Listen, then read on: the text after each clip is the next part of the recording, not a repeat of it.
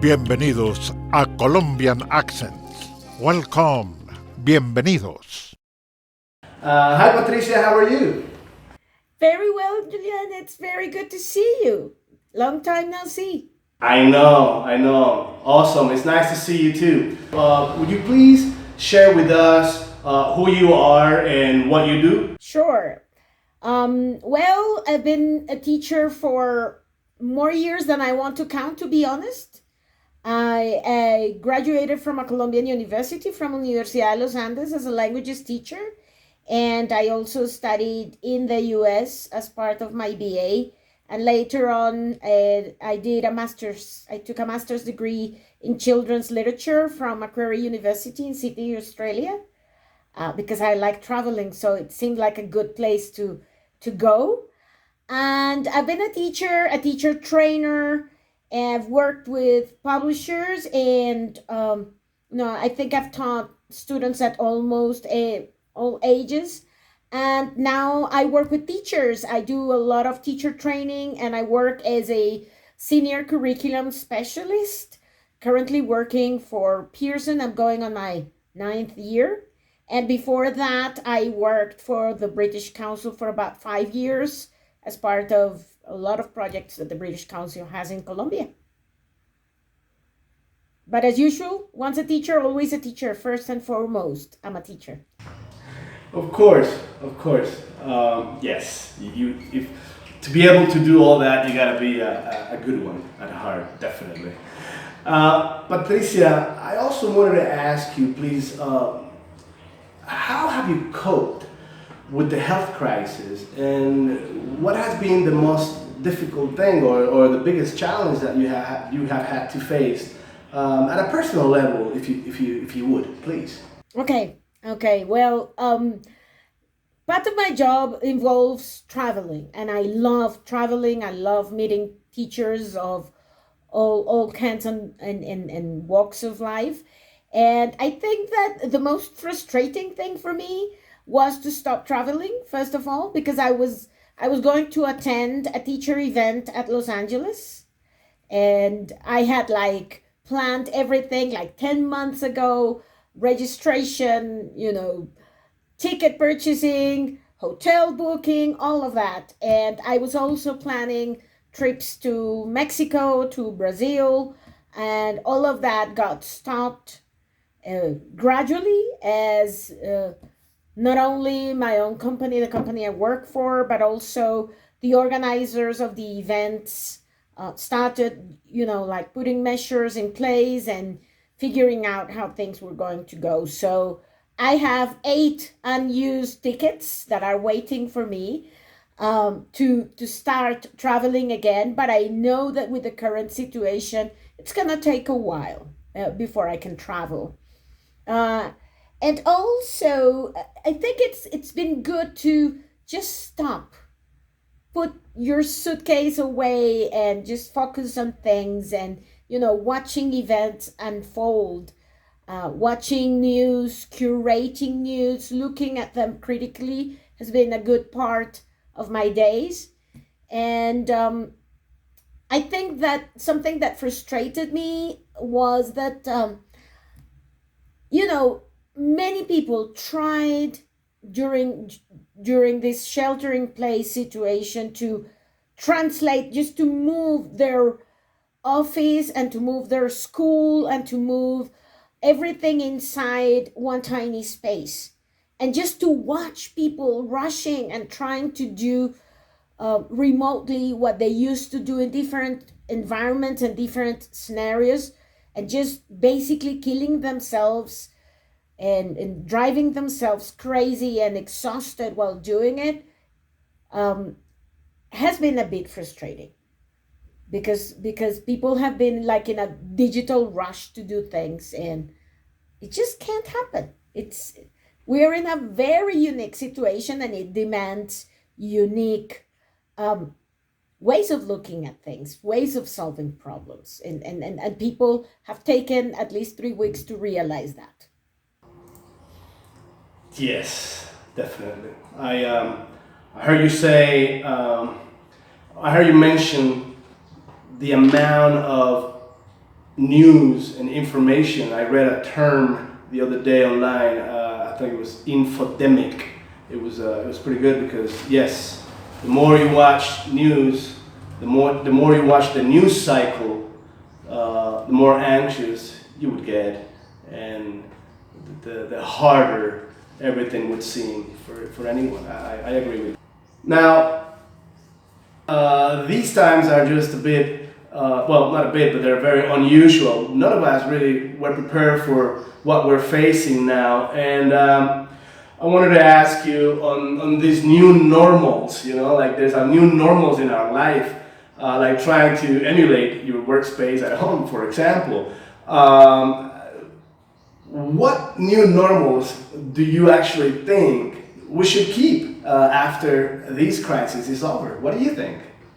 I think that we need to understand that we cannot basically take what we had before and just try and put it into the new area of our life or the new situation. And I think that at least when it comes to the teachers, I think that this situation has acted as a catalyst of things. So I think that everything that wasn't working about education is being highlighted by this situation.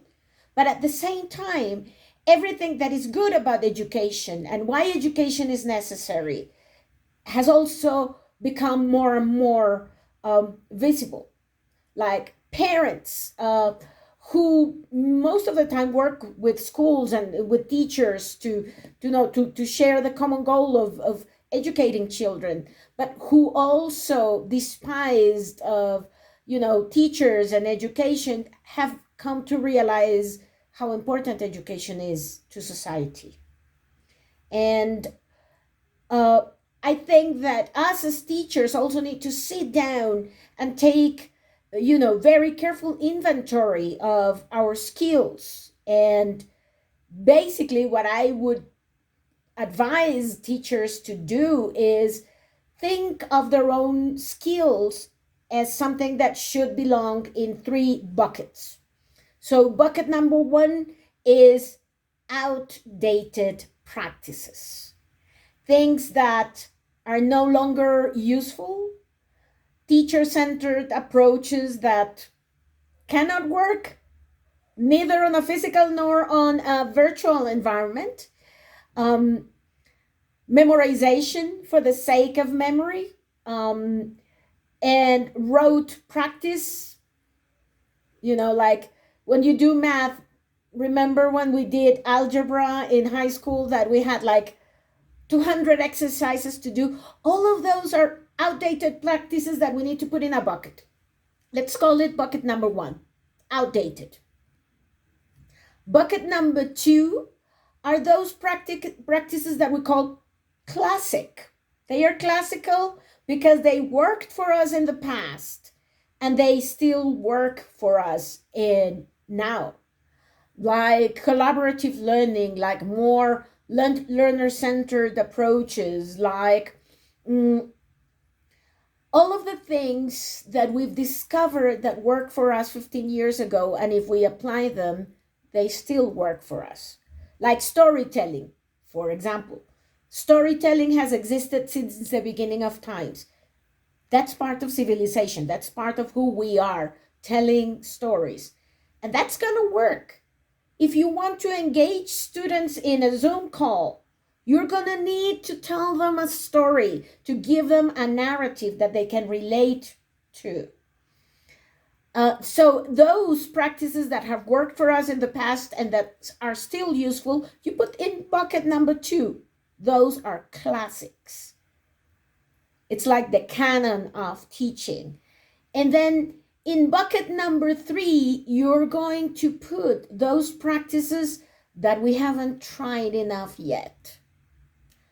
Augmented reality, virtual reality, flipped learning. And there are practices that you hesitate because for many traditional teachers they are going to be novel, but they have been out there for a while, like project-based learning, for example. So for some teachers, if they've used it in the past and it works for them, it will go into the bucket of the classics. But for some teachers, it will go into the bucket of the contemporary practices, things that we need to give a try. And digital learning for many teachers will probably go into this third bucket. So as a teacher who is facing this, and in general, I would just, take stock of my teaching practices, do an inventory and say, okay, this no longer works for me in this particular scenario, bucket number one. It has worked for me and it will continue working for me in this new scenario, bucket number two. What haven't I tried? Or just, I've tried, but I'm still not completely confident with or confident about. I'll put it in bucket number three and start planning your lessons using those.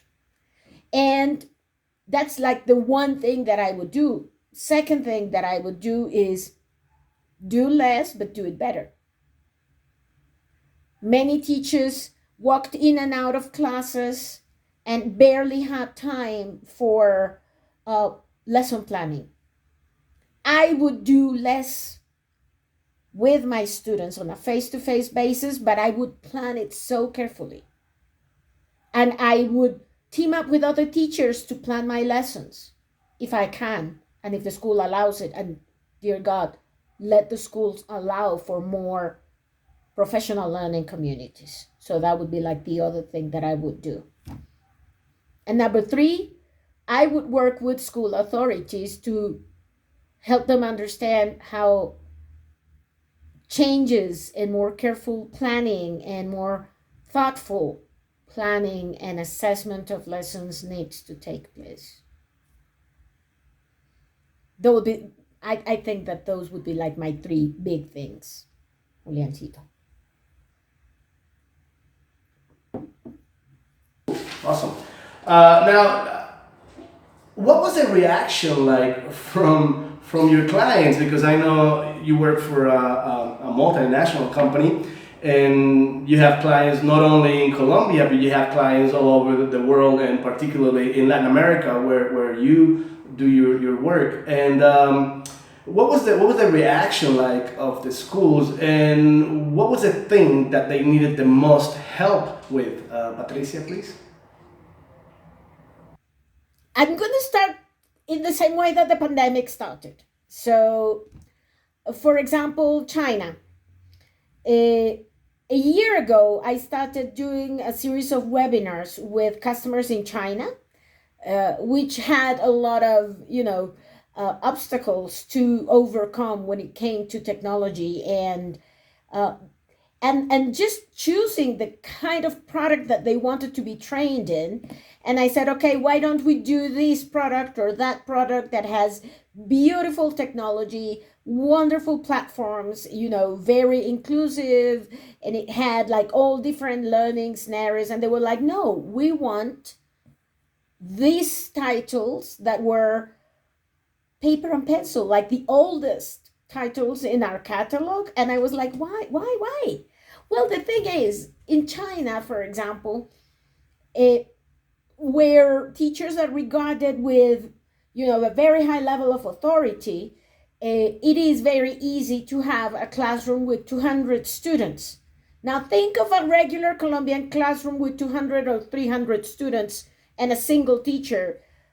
That's never going to work. But in China, it does for a variety of cultural reasons. So I trained them on product that I wouldn't have trained them if I had had the choice, but it was like a very traditional learning environment with, paper and pencil and print books. And they started scrambling to register on platforms that they had access to like forever, but they never used them because they were used to more traditional ways of learning. So that happened in China, but they are very organized, and I understand that the Chinese government has like made it very accessible for students and teachers to have access to digital content. And then you have the markets in the Middle East, the markets in Europe that were much more used um, to using platforms and digital content. And what they wanted to do basically was figuring out if they could use it on either a blended approach in which students had their own print books and they could go online, and how they could combine those with other digital tools like Google Classroom. So they wanted to know whether our platforms could talk to uh, Google platforms and other LMSs. So it was a much more sophisticated use of technology because they were used to it. And in Latin America, we've had all sorts of customers that were trying to get used to this new normal, and they knew that they needed to use digital. They just didn't know how. And I did plenty of webinars in English and Spanish to support teachers of English and science and math using tools. We've seen a surge of, like an incredible increase of numbers of teachers and students using digital the week before Easter. So one of our platforms, the one that I like the most because it's so user friendly, just basically, lose connection and speed because we had reached 130% of the platform's capacity, which had never happened. Like, the platform was designed to hold, I don't know how many students, but we went over 30% of the capacity of the platform. And we had to, they had us scramble a little bit to put more servers to make sure that we had capacity for those students. And most of our teachers, I have to say, they needed to become familiar with the platform and what the platform could do for them, because they had always had access to it, but they never had the need to use it in the classroom. And they were thrust into an environment in which they needed to use it. So it was a little bit, like one of those old Disney movies in which Goofy is carrying this mink vase and he's running on a carpet, and the carpet is like getting all tangled up, and Goofy is trying to have the mink vase so that it doesn't break. That's the way many of our teachers are feeling about technology. It's like they're holding this thing that is precious to them, but they are scrambling because they were not really interested in understanding how they could make it work for them back then. Now they have to. It's like need is the mother of learning when it comes to this, and the need was just thrust upon us. But we're getting there. We're getting there. Trust me. The need for things, the need to learn. How interesting that, for example, you were asked to train teachers with, classic series from low tech, I might say. So how interesting that, yes, I do agree that low tech plays a major role here in helping homeschool education, which is basically what everybody is trying to achieve at home, a good level of a new normal. Also, the fact that, teachers are adapting quickly and that they're willing to do so, that is just great. That's great. Now, Patricia, I know that you work mostly with private schools and the private sector. Are you aware of the efforts that the Ministry of Education is doing at a national level here in Colombia? And what's your opinion on it, please? I think that, as I said before, the situation has put all of the education sector in a position in which the good, the bad, and the ugly are being highlighted. And sometimes what society does not understand is how important education is to keep the fabric of society uh, together. So we're thrust in a situation in which students are not only losing their classes the way they used to know them, they are also losing the one place that for many is the safe place. They are losing probably the one full meal that they get during the week every day. And the role that teachers have, not only as those adults that transmit information, but also in many cases, they are the main caregivers for their students and the one adult they can trust in many cases. So, the importance of schools as shelter for students, the importance of schools as the place where people who work for a living, which is like 98% of us, can leave their children and, you know, go to work and get and put their bread on the table, knowing that they are in a safe place or in a place where they are learning. That's something that society has come to realize with this situation. On the other hand, we are also seeing how school in the public sector is still way behind in terms of providing students with equal opportunity and equal access to high quality education. How do we teach online when there is no internet access or students do not have a device that they can use to learn? How do you guarantee that students have equal time online if the only device they have is their parents' mobile phone? And we know that, you know, almost every adult in the country has a mobile phone, but with a limited data plan. And if you have a limited data plan that you need to use for work, for example, or that if you have 3 children, how do you guarantee access to remote learning? So that's something that definitely I'm sure that the Ministry of Education and the Ministry of Communication and Technologies are working on, but we are way behind where we need to be. On the other hand, teachers of English, and we've talked about this in previous conversations, are in a much better position because there are so many resources, so many different games and applications that we can use, and that's something that we need to continue using.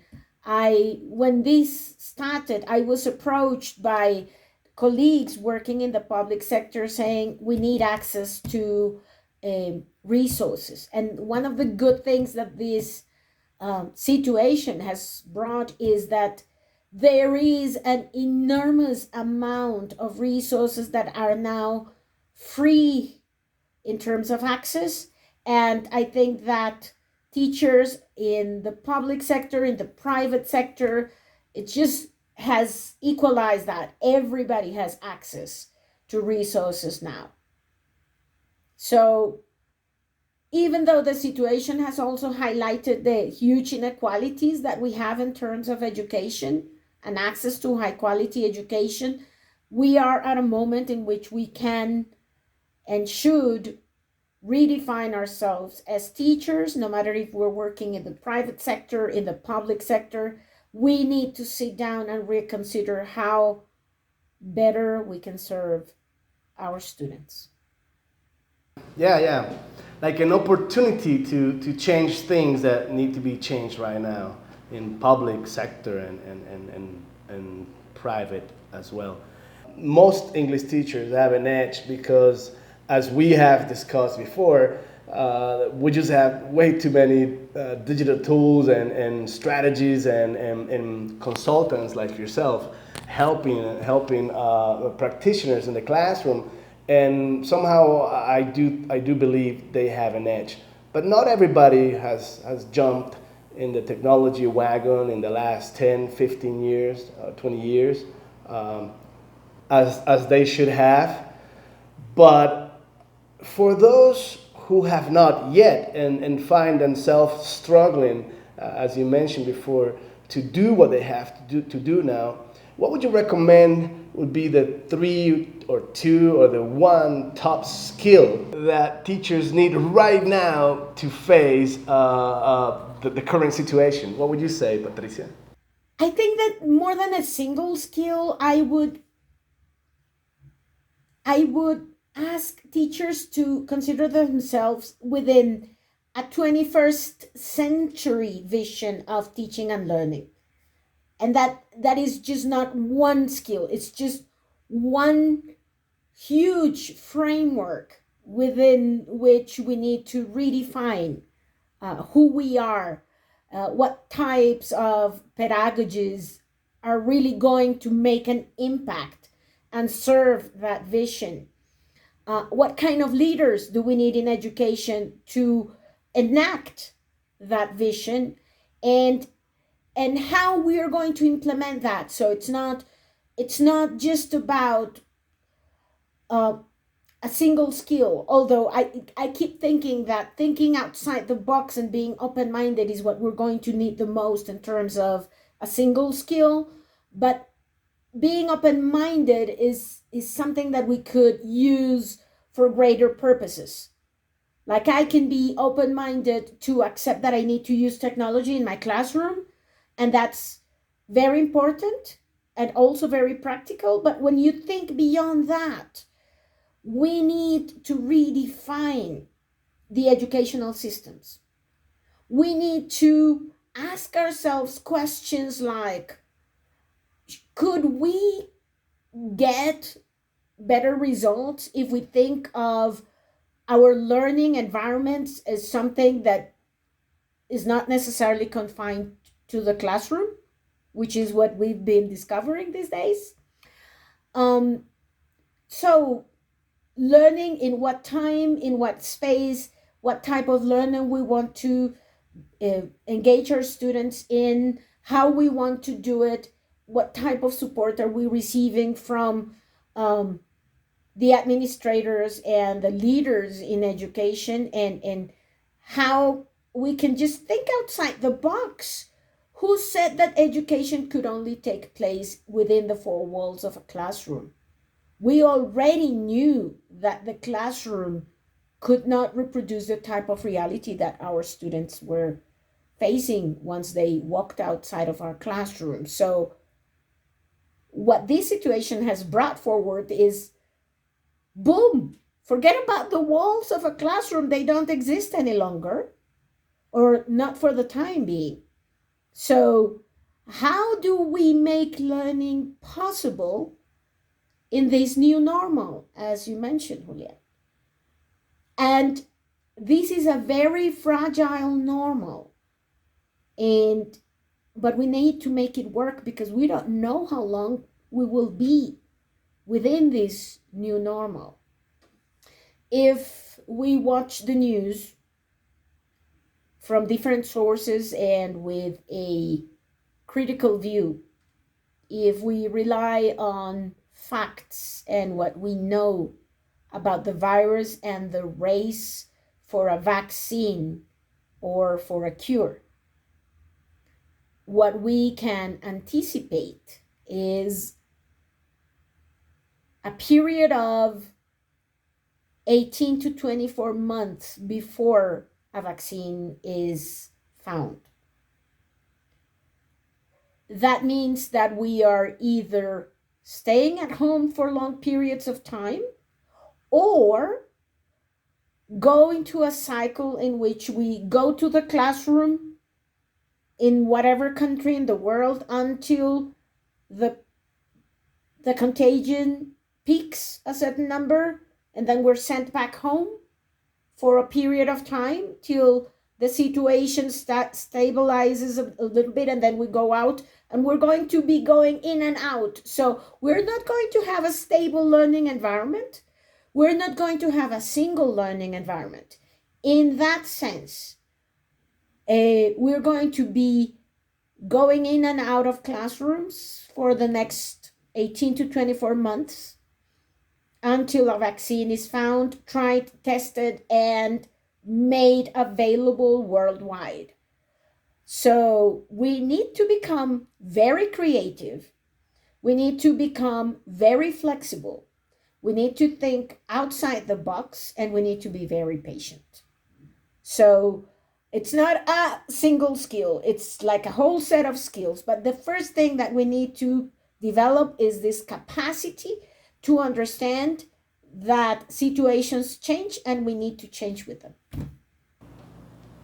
Awesome. So the single skill will be to be open-minded, to learn how to change a system by learning about life and career skills, learning innovation, information, media, technology, all these things that will change our immediate lives. Awesome. Thank you, Patricia. Now, I also wanted to ask you, before I let you go, a couple of more things. First, if you have, and you have already, if you have any other advice, any other tip that you can think of to share with our colleagues out there, or not only teachers, but people in general, because this goes beyond just education, really.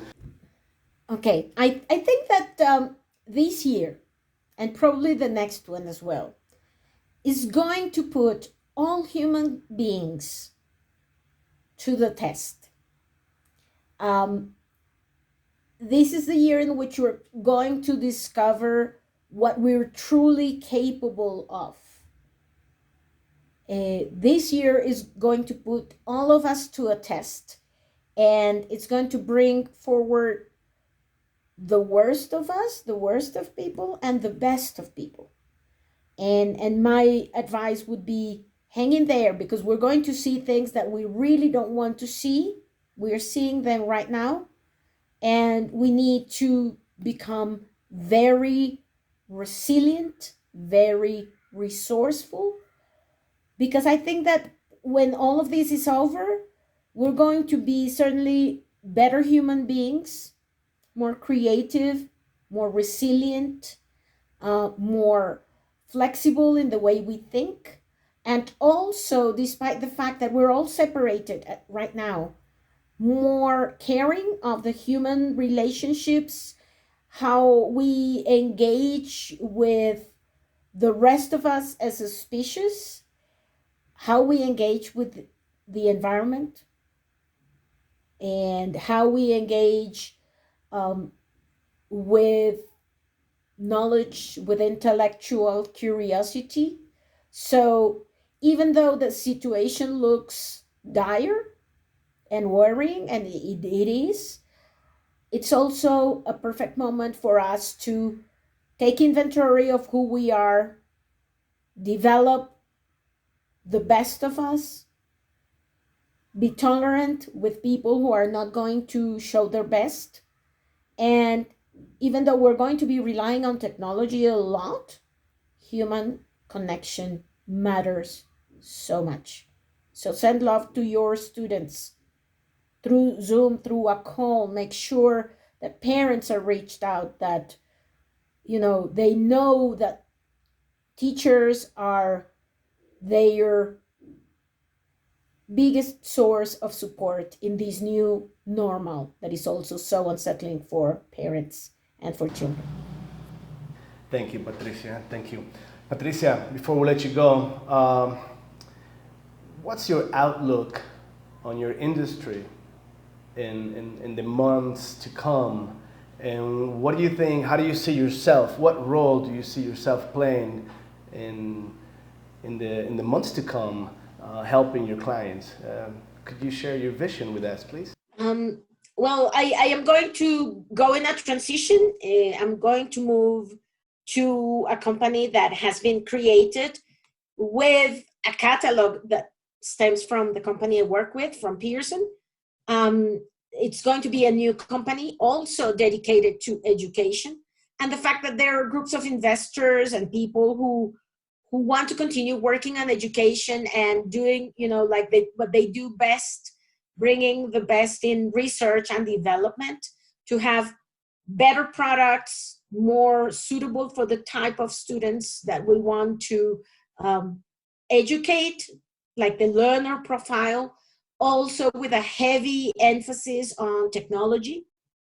The best platforms out there in the market have wonderful content, but also the ability for teachers to bring their own content, and also the opportunity for collaboration among students in a platform. You can do that right now, establish dialogues within the platform, help students write better, do better research, do project-based learning, and also platforms that yield a lot of data so that we can use data to inform the way we teach. And I really do look forward to continue working with teachers, helping them discover the options that technology can bring for them, but also the best in pedagogy, and just keeping that intellectual curiosity of, what if we do this? What if we did that? What if we stop doing this and try this? And that's something that I really like doing. And as a teacher, I'm always learning, and I hope that the rest of the teachers are also always learning. And that's what lies behind the best of teaching. Patricia, thank you so much for talking to us, for sharing with us. This is great news that you're going to be in a new role soon. I'm sure we'll find out officially from the company. But thank you for sharing with us. I wish you the best. I wish you the best. I know there are many challenges ahead, but you work with great people, a huge company behind you. So the best to you, Patricia. Thank you, Julian, to you, because I think that this space, this opportunity that you've given us to sit back and reflect on education, what works and what could continue working, is something that we desperately needed. In the past few weeks, I've seen teachers rushing, scrambling to get their classes together, start teaching their lessons via Zoom or whatever platform that you're using. But just having the opportunity of saying, okay, let's sit down and see this a little bit from afar, like generals looking at the troops, so to speak, say, let's do strategic thinking. And I think these kind of dialogues open up that opportunity and are absolutely necessary, particularly in these times. So thank you so much for this, Julian. Patricia, thank you for being in Colombian Accents. I hope I can see you soon and share time again with you. It's been a pleasure. Thank you. Same here, my friend. Stay safe. Cheers. Cheers.